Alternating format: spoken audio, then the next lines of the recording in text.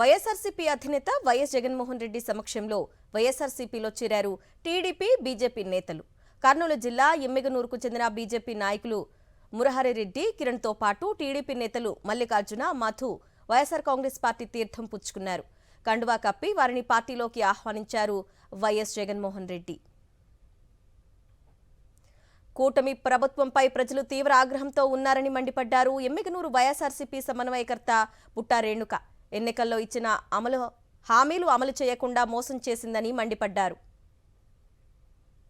జగన్మోహన్ రెడ్డి గారు పేద ప్రజల గురించి ఆలోచిస్తూ పేద ప్రజల కోసం ఎన్ని సంక్షేమ పథకాలను, అభివృద్ధి కార్యక్రమాలను చేశారో గత 5 సంవత్సరాలు ప్రజలందరూ కూడా చూశారు.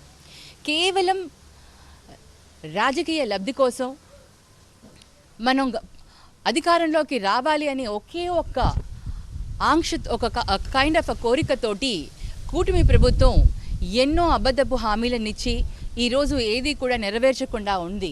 ప్రజలందరూ కూడా గమనిస్తున్నారు. ఆ ప్రజలు ఎవరైతే అసహనం వ్యక్తం చేస్తున్నారో రాష్ట్రం వ్యాప్తంగా ఈరోజు ప్రతి పార్టీ నుంచి కూడా లీడర్లు వైఎస్ఆర్సీపీ పార్టీలోకి వచ్చేందుకు మక్కువ చూపిస్తున్నారు.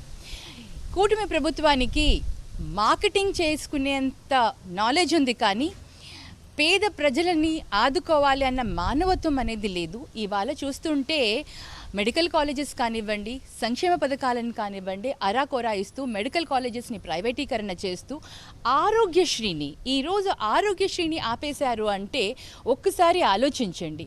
అంటే ఏదైతే మార్కెటింగ్ కోసం స్పెండ్ చేసే ఆ మనీ ఏదైతే ఉందో కనీసం పేద ప్రజల సంక్షేమ పథకాల కోసం ఖర్చు పెడితే అట్లీస్ట్ పేద ప్రజలు ఆనందంగా జీవితాన్ని గడపగలుగుతారు.